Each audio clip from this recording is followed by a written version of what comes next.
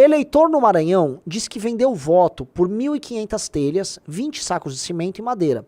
E aí ele denunciou. Ficaram me ameaçando. O que acontece? Numa cidade que se chama, sei lá, cidade Nova Olinda do Maranhão, tá, com 14 mil habitantes, houve uma disputa na eleição. E aí o candidato corrupto ganhou da candidata corrupta, ou vice-versa, por 2 votos.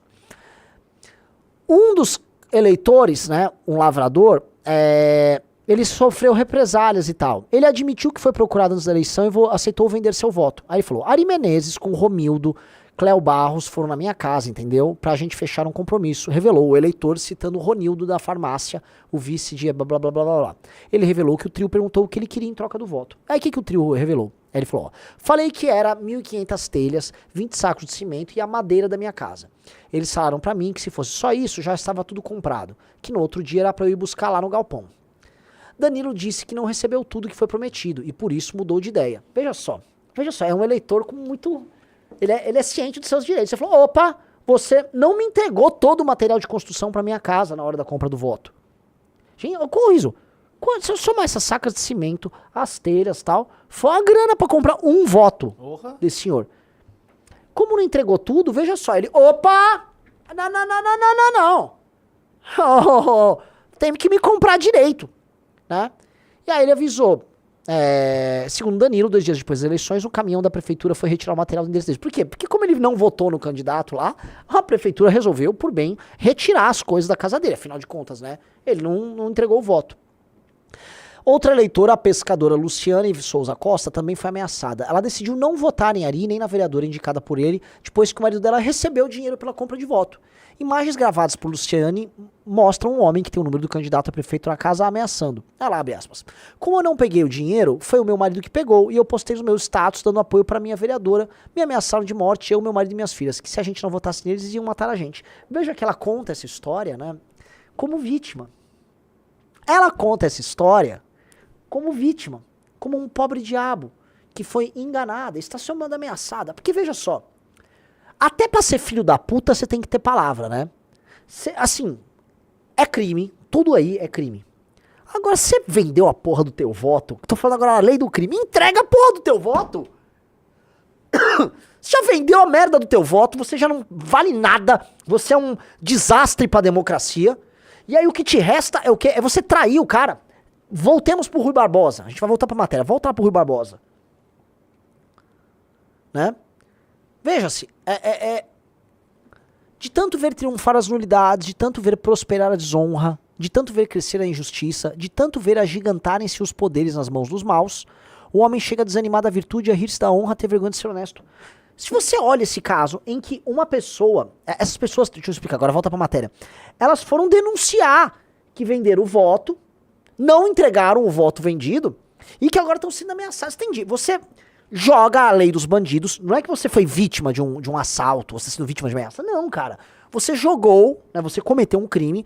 Aí a lei dos bandidos agora tá ruim. Aí você, eu quero a lei! Estado me proteja. Cheio de direitos. Estão lá cheio de direitos.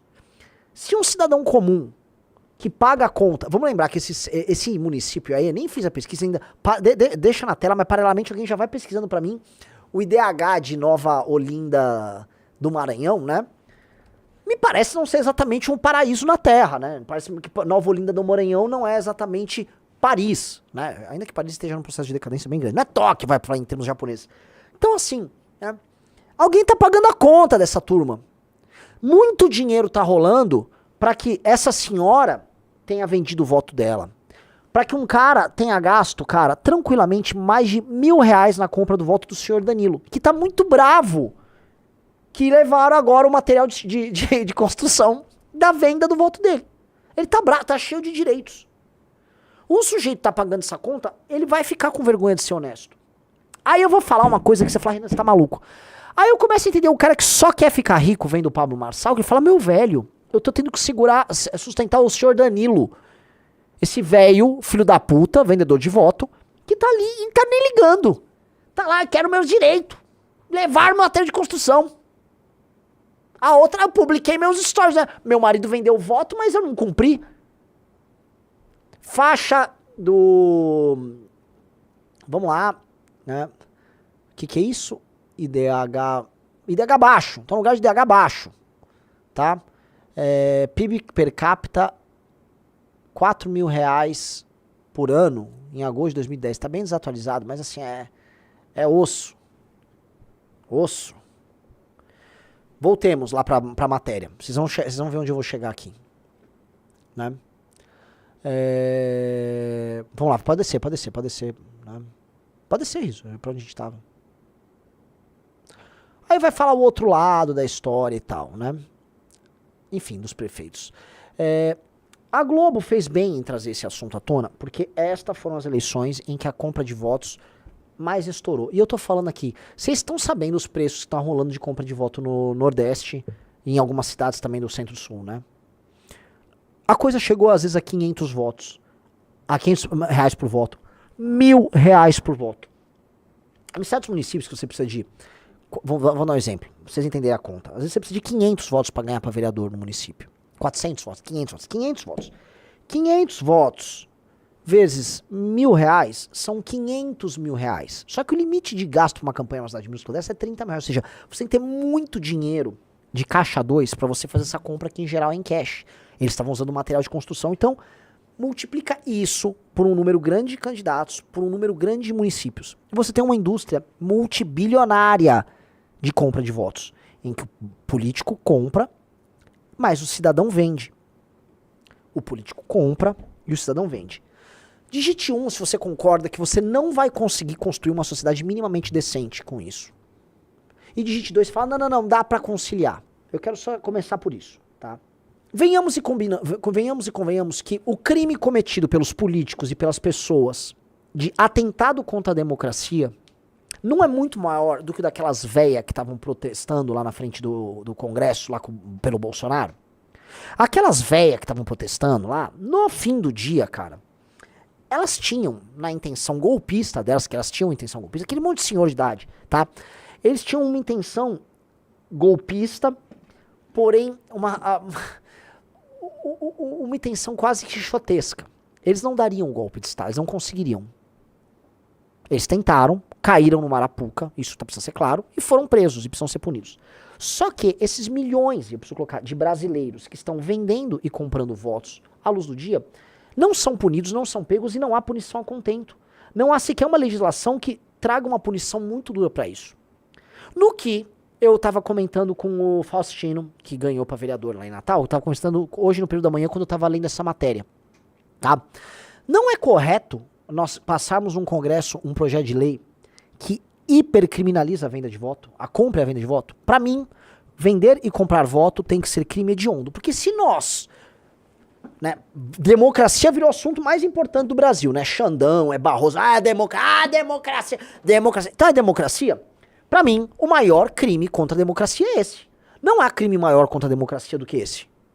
Porque uma coisa é você falar, houve um atentado tocado por véias. Beleza, foi um atentado mesmo, foi uma tentativa. Eles queriam dar um golpe de Estado, é bem claro.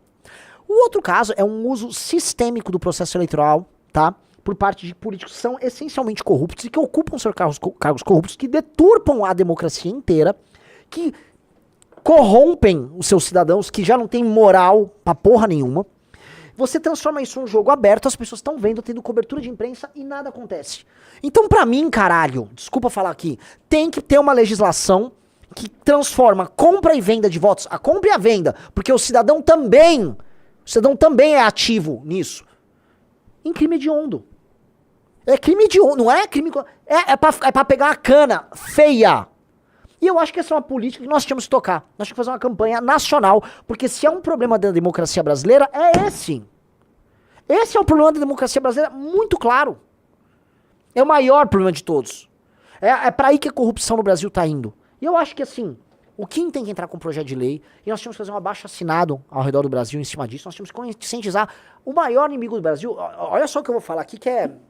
O maior inimigo do Brasil não é a esquerda. Não é a esquerda. Definitivamente o maior inimigo do Brasil não é a esquerda. A esquerda é um inimigo. Ela não é o maior inimigo. Não pense assim, que a esquerda chegou ao poder no Brasil com o Lula no ano de 2003. Ele ganhou a eleição em 2002 e assumiu em 2003. O Brasil não era um paraíso na terra, não era uma passárgada. O Brasil não era, né? O Brasil era administrado por esses caras fisiológicos há muito tempo e o Brasil já era uma bosta. Já, assim, então o que eu quero colocar é, a esquerda é um adversário, é um inimigo direto, é um inimigo existencial. Agora, a gente vai ficar fingindo que ela é o maior problema. Ela não é o maior problema. Ela não é nem de longe o maior problema.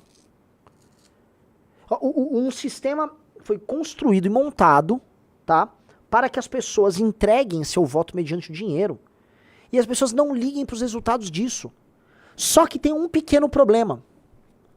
As pessoas que, em geral, não vendem o voto, que são as pessoas, vamos dizer, realmente economicamente ativas, ou seja, você vai conseguir cruzar dados e você vai conseguir criar uma correlação entre ser economicamente ativo, tá, e não vender voto. Você vai, claramente, você vai... Tanto que a gente já tem um índice que a gente fez lá, tá lá no Clube MBL, que é o índice de Centrão, né, que mostra que quanto menor IDH, quanto menor a escolaridade, maior é a quantidade de políticos do Centrão, ou seja, maior compra de voto, e quanto IDH mais alto, menos tem isso, tá? Por que que eu digo isso, tá? Porque no fim do dia, você que trabalha e produz nessa birosca, você tá destruindo a tua vida, sustentando essa máquina, e isso é injusto pro inferno. E aí onde mestra o que eu tava falando no começo? Porque se for o Kim, eu vou fazer esse teste com vocês, pra provar a tese. Se o Kim propor esse projeto de lei, só de coletar as assinaturas dos deputados para conseguir passar, ele vai ser repreendido. E este projeto, a gente pode fazer uma campanha, a gente pode... Não vai passar. A gente pode fazer uma puta campanha. A direita não vai apoiar, a esquerda não vai apoiar, e não vai passar. E o Centrão vai lutar contra. Porque isto que é uma coisa absurda, é a base do jogo. É óbvio que é isso que tá acontecendo. É óbvio. Então é óbvio que falar que a gente vive numa porra de uma democracia é uma mentira. Mas não é uma mentira naquele discurso que eu falo pra vocês, né? Que é tipo, ah, não vivemos uma democracia porque tem um Xandão. Ora, amigo, Xandão é um problema de uma sofisticação, né? Ah, o Xandão está tirando do ar perfis, né? Já tô falando de identidade digital, o tema da live da segunda-feira passada. Tô falando de outros temas, coisas mais, né? Não, eu tô falando base da sociedade, cara, a base da pirâmide, milhões e milhões, dezenas de milhões de brasileiros vivem sob a égide da compra de votos. A compra de votos dá o tom do que é a vida concreta, não do perfil de rede social desse brasileiro, mas assim, do CPF, do homem carnal, feito de, sabe, de DNA, de carne, de músculo, de osso, sacou? Esse cara vende o voto, esse cara não sabe produzir, não sabe trabalhar, ele é completamente ignorante e ele agradece a vida merda que ele tem. Ele tá o tempo todo amortecido, só que não tá dando, porque você que trabalha e produz, você paga essa conta. E você que me assiste, a não ser que assim, ó, galera, Renan, tá aqui no chat, eu vendi todos os votos da minha família, eu adoro o MBL. Aí eu não sei o que você tá fazendo aqui, eu acho que você tem que, sei lá, atesta que você é uma contradição ambulante, nem uma metamorfose ambulante, você é altamente contraditório, você vai se explodir nas suas próprias contradições. Mas como eu imagino que o nosso público não seja esse, e sejam pessoas realmente preocupadas, cara, é a vida de vocês, cara. E assim, eu vou falar uma coisa pra vocês, se o nosso projeto político não der certo, pule fora daqui. Pule fora daqui, porque não vale a pena dedicar a tua existência a esse troço profundamente injusto. Tá? É muito injusto, é muito filha da puta, é assim, é uma máquina construída pra devorar os seus sonhos, suas chances, suas possibilidades. Tá? Eu tô falando assim, da gente criar essa campanha, porque quer saber qual é o maior problema político do Brasil? É a compra de votos. É a compra de votos. O problema político do Brasil chama-se compra de votos. O grosso. Porque ele mobiliza desde auxílios, desde emendas, ele mobiliza desvio de verba, ele mobiliza peculato, ele mobiliza tudo. Tudo termina no lance da compra do voto. A máquina de compra de votos é uma máquina gigantesca no Brasil. Multibilionária. E a Lava Jato não acabou com ela. A Lava Jato mostrou uma das grandes fontes desse tipo de recurso.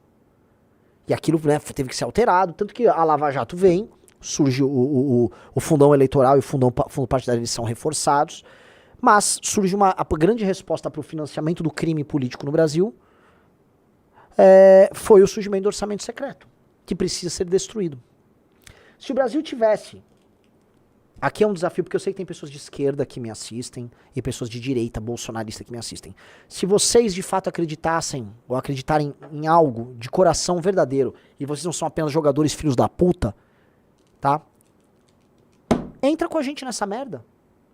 Porque pra mim, tá? De um cara que é fã do PSOL a um cara que é fã do Bolsonaro, gente que disputa consciências, tá? Eu tô aqui também como alguém que disputa consciências, corações e mentes, tá?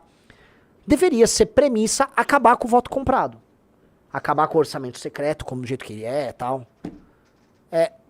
Então, assim, se você é uma pessoa honesta desses campos, você deveria participar disso. Isso se você defende a democracia. Porque pode ser que não. Agora, eu tô jogando isso como desafio. Porque tá aí a bosta do governo Lula, né? Ai, não, olha só, o Centrão ganhou a eleição, foi por causa disso, daquilo. Gente, foi compra de voto. E os políticos do PT praticam compra de voto também. Compram voto igualzinho os outros. Tá? Ah, e o PL compra voto igualzinho os outros. Tá todo mundo comprando voto agora, hoje, pros segundos turnos. Entendeu? Então, assim, se alguém tivesse um compromisso real, a gente poderia tocar esse tema. Eu falei hoje com o Kim, eu falei com o Faustino, porque assim, eu tava comentando com o Faustino falou, Renan, cara, eu fui o político mais comentado da cidade